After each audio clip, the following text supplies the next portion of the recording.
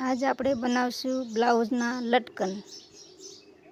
તો આપણે આ બે કટકા લઈ લીધા છે, બે દોરી બનાવી નાખી છે। હવે આપણે એને વાળી દઈશું અને થોડીક આપણે સિલાઈ મારી દઈશું। એને પહેલાં દોરી મૂકી દીધી, સિલાઈ મારી દઈશું। પછી આપણે થોડુંક વાળ દેવાનું છે, એટલે આપણે જે ઓલા રૂસડા હોય એ બહાર દેખાય નહીં, એટલે થોડુંક વાળ દીધું છે।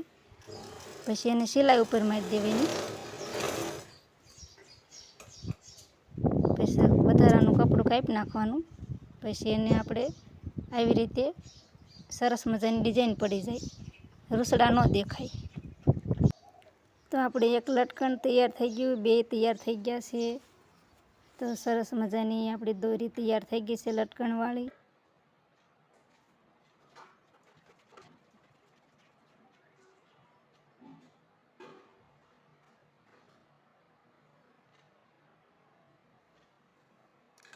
તો પહેલાં આપણે આ એક દોરી મૂકી દેવી,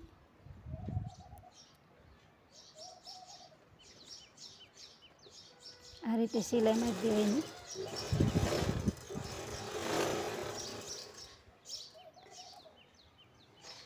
તો આપણે બ્લાઉઝ દોરીવાળું તૈયાર થઈ ગયું છે, બે દોરી મુકાઈ ગઈ છે।